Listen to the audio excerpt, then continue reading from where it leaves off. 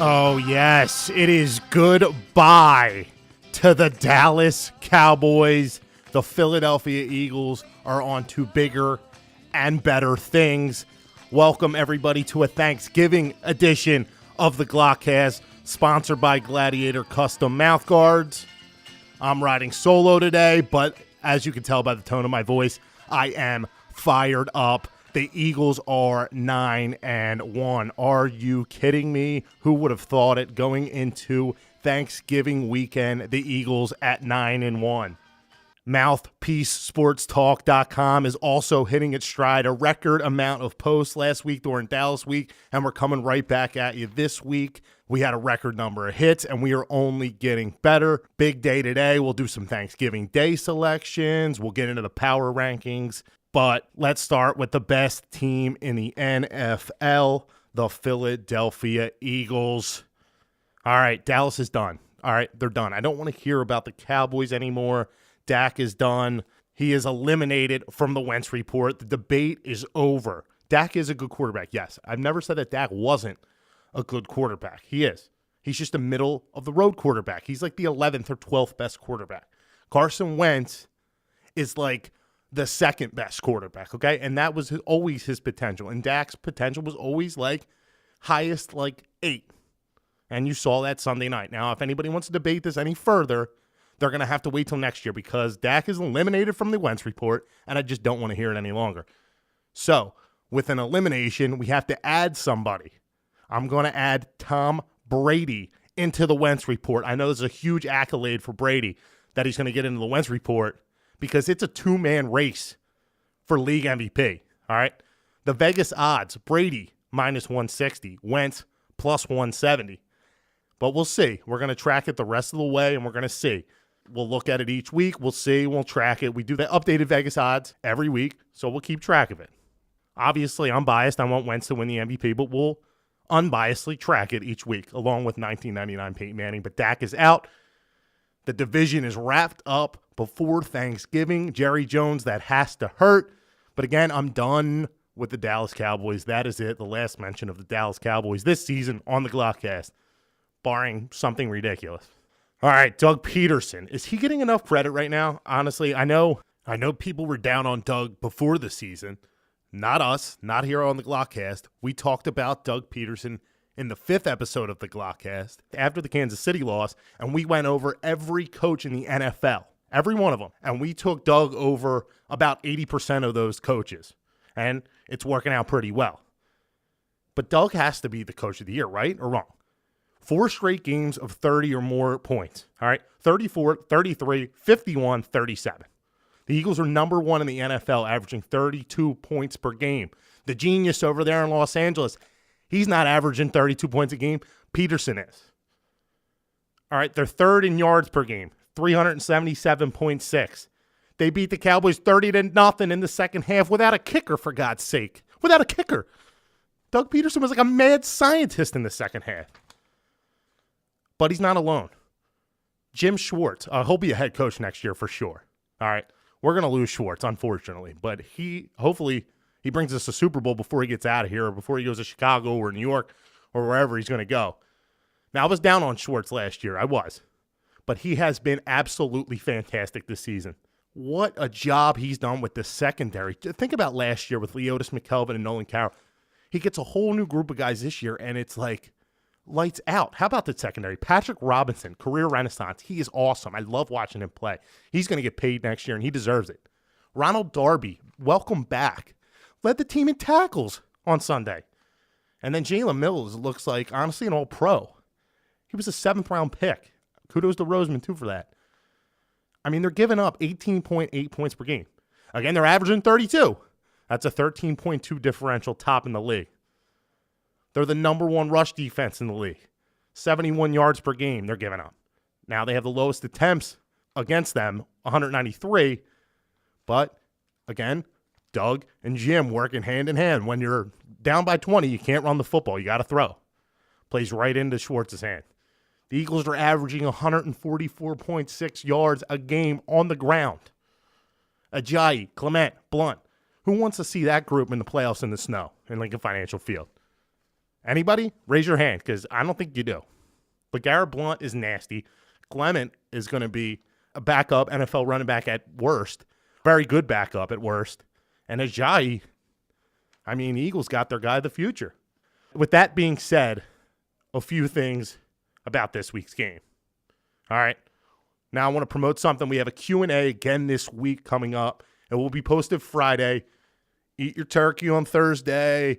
Sleep in a little bit. You probably have a day off. Get up.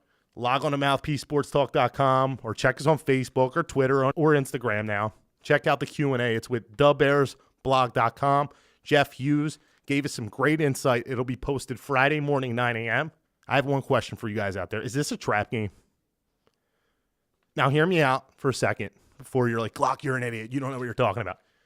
I'm not saying the Eagles are going to lose this game. Come on. But they just beat Dallas last week. Emotional win. They wrapped up the division. They got Seattle next week or the week after Chicago. Then they got the Rams. They're thinking home field. Are they really thinking about the measly Chicago Bears as a 13.5-point favorite? Are they really?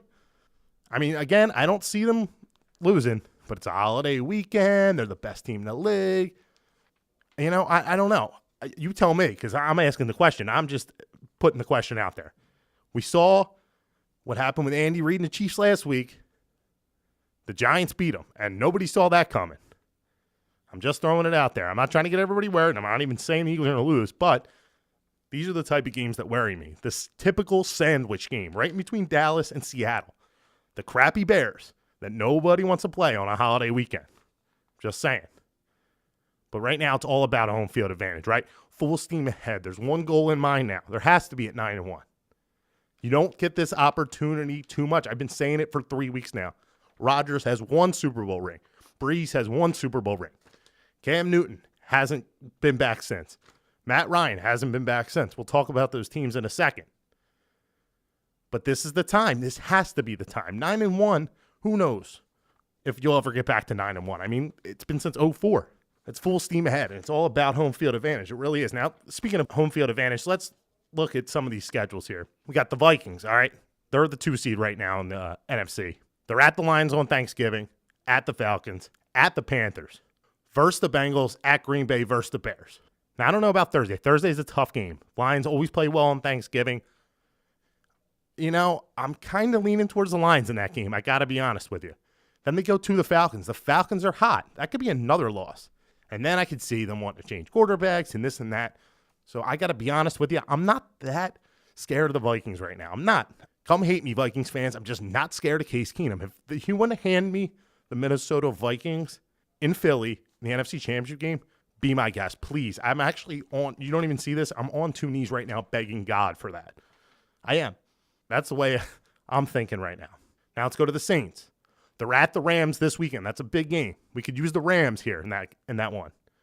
Then they're at home versus the Panthers, at the Falcons, versus the Jets, versus the Falcons, at the Bucs. I don't see too many losses, but they do have the Falcons twice, the Panthers, and then at the Rams this week. So if they could lose to the Rams, that would obviously be a help for the Eagles. Split the Falcons. And the Panthers, they'll probably beat the Panthers at home.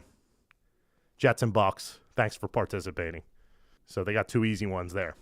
Now let's take a look at the Rams. Again, at home versus the Saints this week. Then at the Cardinals. Should be a win. Then versus the Eagles. The Eagles need to take care of their business there.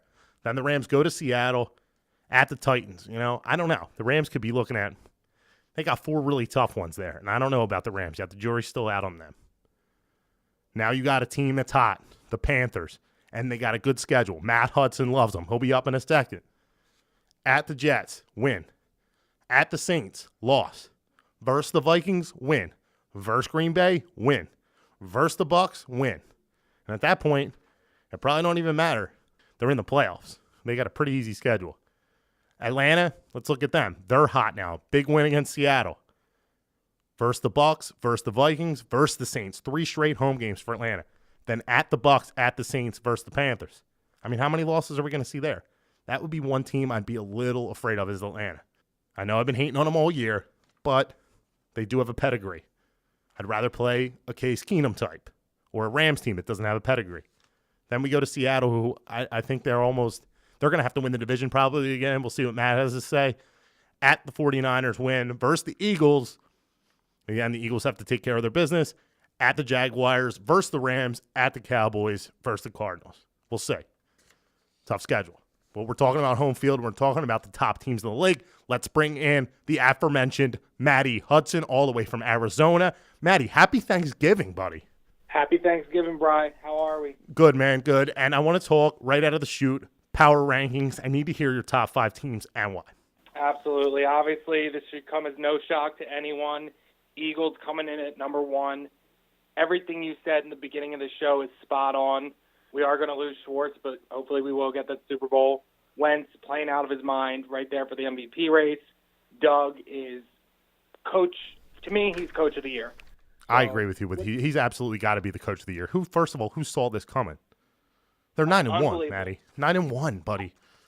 I don't think anyone saw it coming. And honestly, what we just did to Dallas, I know they were injured. I know they were depleted. And I even predicted a big win on the Glockcast. Yes, you did.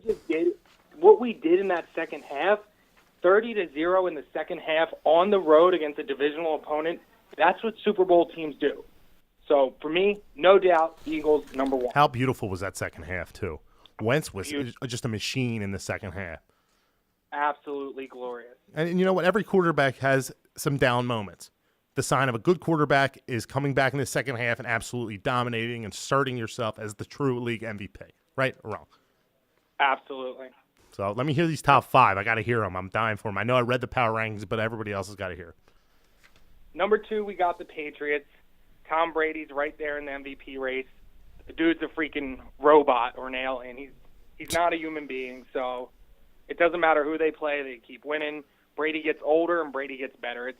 It's scary, and they're scary, and we'll probably see them in the Super Bowl. Typical Patriots, you know. They start off with, oh, my gosh, they lose by 100 to the Chiefs. Everybody's like, oh, they're done. Nah, they're not done at all. They're not. Robbie's New England Patriots, by the way. He's not here to defend himself this week. Good thing. Be getting an earful. Number 3, we got the Saints.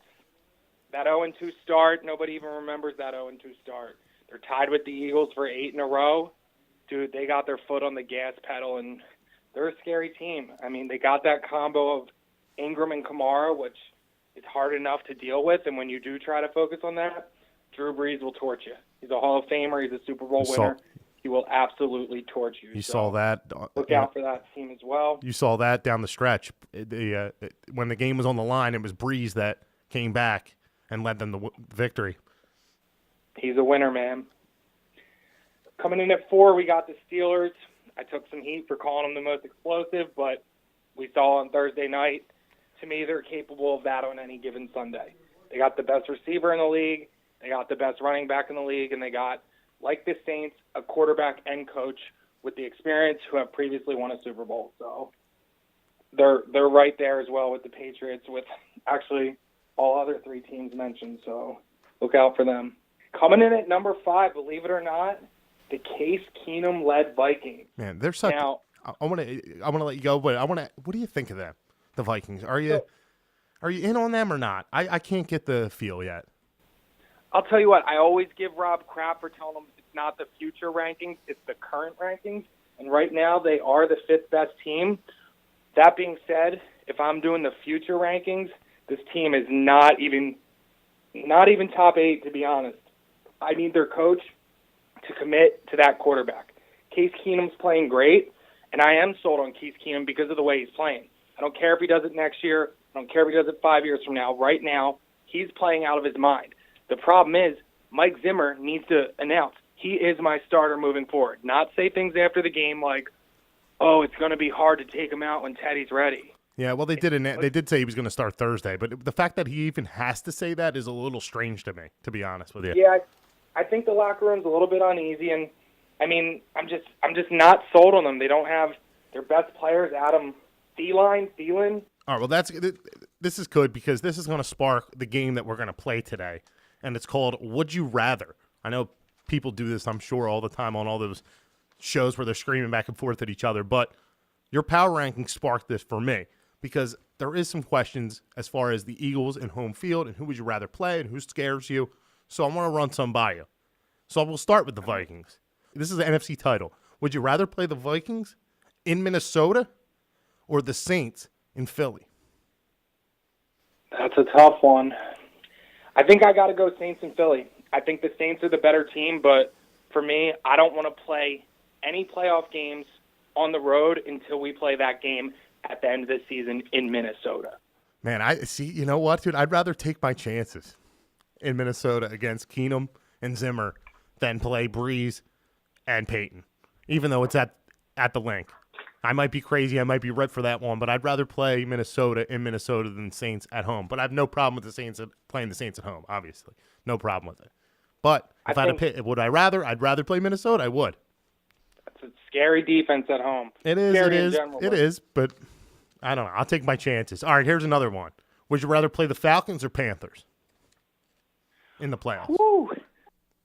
That's a good one as well. Because they're both hot. And they both have experience. They're both hot, and I think they're both going to finish strong. For me, I go with my theory of it's hard to beat good teams twice. We've already beat the Panthers once. So although I think the Falcons are going to finish strong, they probably get into the playoffs. I'm going to say I'd rather play Matt Ryan and Julio Jones because I don't want to have to beat Cam Newton again, regardless of where the game's played. Yeah, it's not every day you'd rather play Matt Ryan and Julio Jones over somebody, but I'm going to agree with you on this one. I'd rather play the Falcons only because I feel like they can't go to the Super Bowl again, so that leaves the Eagles to beat them. And I'd take my chances with them in Philly than having to chase Cam Newton around. I know we won against Carolina earlier in the season, but I'd rather take my chances. I'm with you on that one. All right, how about would you rather the Rams win the division or Seattle win the division? I'd rather the Rams win the division, but I think Seattle might win the division. I know the defense is depleted, but I'll take Jared Goff in his first playoff games ever, his first year of playoff experience, over a team who's been there numerous times, a quarterback and a coach who have won it. So give me the Rams. I agree. I'd rather play the Rams as well. Just, a rookie coach, second-year quarterback. I don't need to see Russell Wilson. I'd rather the Rams win the division, but I do want to beat both of them. I'm getting this fascination with this just win out kind of theory. So we'll see. Oh, that would be amazing. I mean, why not? We're here now.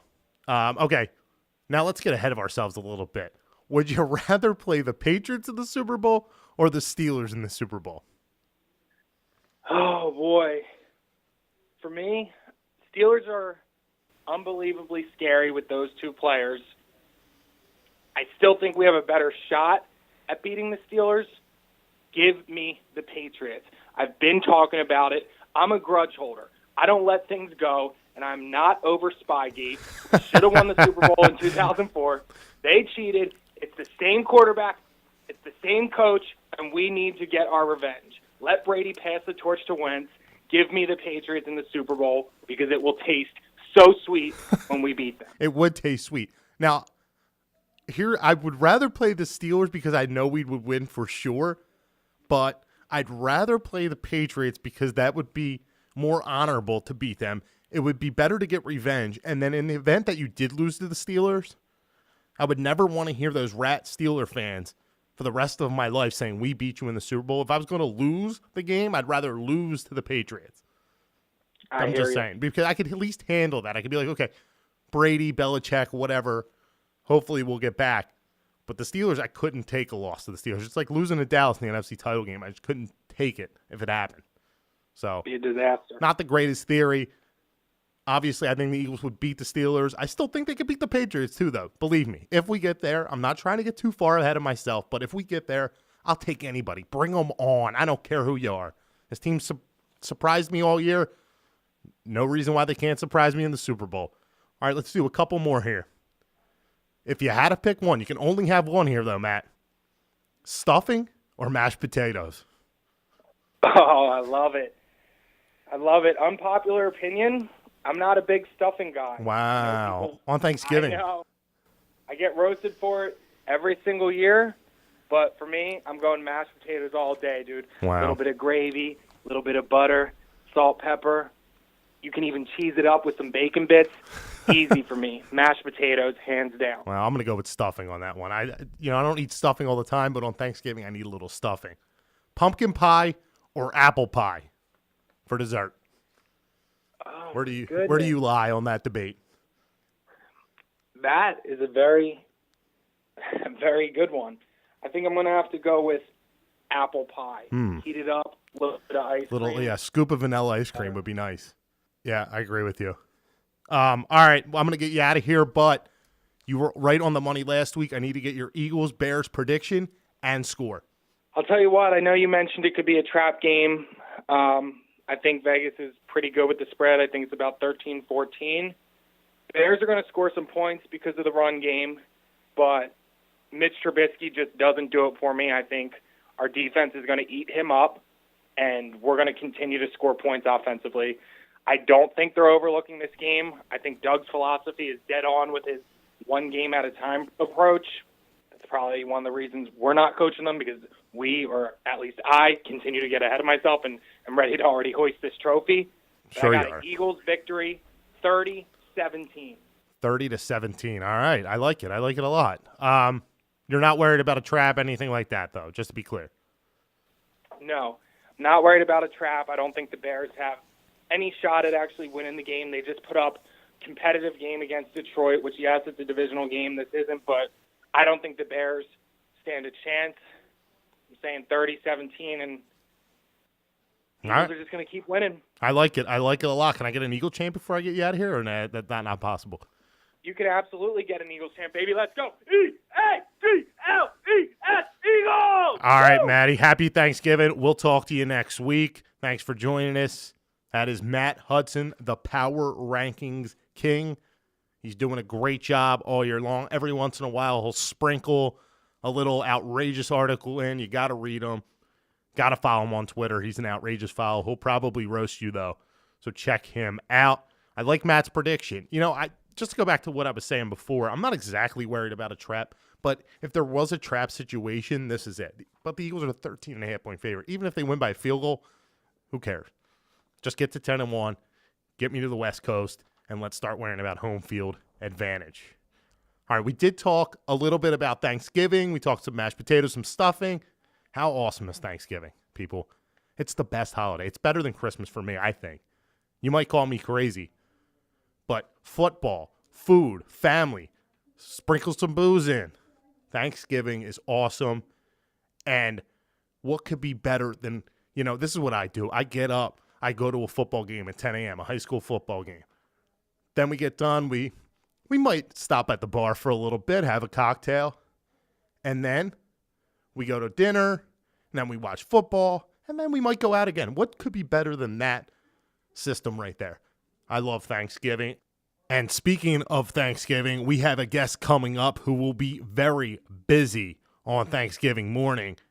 He is brought to you by Gladiator Custom Mouthguards. They are the proud sponsor of Mouthpiece Sports Talk. As the premier custom fit mouthguard in the USA, a Gladiator is engineered with a patented cut designed to intimately fit each individual athlete's mouth, offering maximum comfort and the best fit and most protective mouthguard available. Visit www.gladiatorguards.com today to experience the difference. And on the line is Sun Valley offensive coordinator Shane Coyle. What's up, Shane? What's going on, man? Thanks for having me. Yeah, man, I'm glad to have you on. Big game on Thursday. How's the prep going? How we feeling? Good, man. It's actually the 50th anniversary. Ooh, that's pretty huge. Of my alma mater. That's it, man. You've been there. You know what it is. It's an important day. Absolutely. And now, Shane, you've been coaching for about 8 years now. This is your second year at Sun Valley. On the first podcast we have ever had, we talked about the potential of the NBA passing the NFL, or baseball making a comeback and passing the NFL because of injuries and concussions. Now, I just want to ask you a question. What adjustments have you had to make as a coach due to safety concerns at the high school level? I mean, you're playing at one of the highest levels. Just anything that has been a concern or an adjustment, just tell us a little bit about that. Yeah, so for the beginning, the rules have changed. Like the onside kick at the high school level has to bounce 3 times prior to 10 yards, so you're not just teeing off on guys. Because when you're at high school level, the sizes are so different. It's different than Division I, different than Division II or junior college. A lot of guys are same size, same speed. High school, you can have such a mixture, so you kind of got to protect the kids. Yeah. Also, the targeting calls are a lot bigger in high school now. And, we're starting to teach different things. We're teaching a different way of tackling. Pete Carroll came up with hawk tackling, which basically looked into rugby and how guys were tackling without helmets and not having these CTE concussion issues. And basically he just went in to start teaching how to tackle with your shoulder, how to roll through tackles and different things. So we've been really training our guys on that as well. You have to be careful this day and age. With all the concussions and with all the technology and the science out there, you have to be very careful, especially a young kid. Now, do you ever get concerned parents like, oh, I don't want my kid to play football, or it's just not for him, but the kid's a good athlete and you want him to play and you have to talk the parent into it? Did you ever get any of that? I think really in the beginning when that concussion movie came out, it was a big blow, but the NFL just didn't handle it right. So it was really ugly for the sport. It was really ugly for especially young youth, and parents weren't happy about it from what I could see at first. But then over time, it's now as a coach, I have to be certified every year in the concussion protocol. I have to take a test. I have to take an exam. We have our baseline testing that our athletic department does that they use on our student athletes, and they're great. They take a baseline before, a baseline after they might have a concussion, and then they have to go through all the protocols. So, we're really uptight on it now. It's a lot better than what it was. That's good. And, I would never want to see football take a backseat to any other sport. Football's the best sport around, people. So, are numbers down, though? Or are they up? Or how are they? Still the same around the area? That's a difficult question I keep having because, when we were growing up, we had the Aston A Bandits, we had the Brookhaven Jets, we had the charity football, then we all rolled into Northland, Sun Valley, and played them. But numbers are down. There's no more Jets program. Charity obviously folded. There's no more Biddy League, yeah. Combining. So, but at the same time, I look at our Northland program, which is probably bigger than ever, and they're having a really successful season, and they're doing really well. Yeah, your middle school affiliate, huh? Yeah, and they're going to be coming out to Sun Valley for us, which is great. That's a great feeder program we have now. So it's kind of difficult to tell if the numbers are dwindling back and forth, but I definitely think football is making a comeback after this post-concussion CTE issue. Yeah, I agree. And like I said, it would be terrible to see football, take a back seat or kids not want to play football, but I don't think we'll get there yet. I think it's far from that. And if kids are safe and you're taking the right procedures, I think everybody will be fine. So I want to talk to you about the rivalry. Huge rivalry. Sun Valley Chi, you just said it's the 50th anniversary. Talk about a minute how special these games are from a coaching level, and you played in these games too. So talk about it from a little bit of both levels there. Growing up, you were always wanted to be the guy that didn't mess up Thanksgiving dinner. That's all you ever heard. Don't mess up Thanksgiving dinner. You got families versus families, neighbors versus neighbors. These games are awesome. It's chatter all week long between family members who went to Chi, who went to Sun Valley. You look even at Chi staff. Ryan, their head coach, was a Sun Valley alumni, and he's a great guy. He runs a great program over there. So it's going to be awesome when we go clash with them on Thanksgiving. Yeah, and you get probably your biggest crowd of the year. You got the stadium packed. There's the kids only 3 games that day. Yeah, me and you both played. Upper Darby Haverford than us. Yeah, we both played in this game. This is there was a different feel on Thanksgiving. That was the closest thing I ever got to the NFL. We played in a playoff game and we played some big games, but Thanksgiving Day was a different animal. Walking down, it's 10 o'clock in the morning. It's a holiday. Bring out these people you haven't seen it forever. They're all in their jackets, Alumni Hills rocking. It's a really cool experience for these kids. Yeah, it is. It's the closest thing some of these kids will get to the NFL, or big-time college football. So how are you feeling about Thursday? I want to hear about the matchup a little bit, and who should we be watching, players on Sun Valley? I know you guys had a pretty good season. Just tell me a little bit about the matchup and some guys to watch. It's a really good matchup. They're a really good program. They're coached very well. They have some really good athletes. And then I think we match up pretty evenly with them. We have some good athletes. We're coached pretty well. So, but these days, when you come to Thanksgiving Day, you throw records out the window, you throw stats out the window. Nothing means nothing. It's your best on best, and you just bring it. So that's really what it's going to be, is who controls the momentum of the swing of that day. So it's going to be pretty cool to see. Yep, it's a rivalry weekend. You got the Iron Bowl in college. You got the high school games. Couldn't be better. Shane, good luck on Thursday. We'll be there. We'll have the Instagram at the game. We'll talk to you then, all right? Good luck. All right, I appreciate it. Go Vanguards. All right, yep. That's Shane Coyle, offensive coordinator of Sun Valley. He does a great job with that program. He really puts his time in. Thanksgiving, that's what it's all about. And we'll be down at the Sun Valley game on Thursday. All right, and speaking of Thanksgiving Day football, I'm going to make my Thanksgiving Day selections. Let's start with Ridley hosting Interborough. We're going to go through the Delco games here. Interborough and Ridley, such a great rivalry. Give me the Ridley Raiders. I think Ridley gets the job done. And then you got Upper Darby at Haverford. I'm going to go with the home team again here. I'm going to go with the Haverford Fords. And then Chichester at Sun Valley. And for the 28th year in a row, I will pick the Sun Valley Vanguards to defeat Chichester. Shane Coyle gets the W. And now we'll go to the NFL. The Vikings are a 3-point favorite in Detroit. I'm going to go with the Lions in this game. I said it earlier. I'm going to stick to my word. I think the Lions might get this one done. Big game, probably the most entertaining game of the day. Definitely the most important game of the day. Then you got the LA Chargers in Jerry World, a 1-point favorite. And at my house, it's a time-honored tradition to root against the Dallas Cowboys. Actually, you don't get in the door if you're rooting for the Dallas Cowboys. Give me the Chargers. And then the Who Cares Bowl, the Giants at the Redskins. The Redskins are a 7-point favorite. I don't care. Both teams are eliminated, but I'll take the Giants in the points. Now, Who Cares Bowl.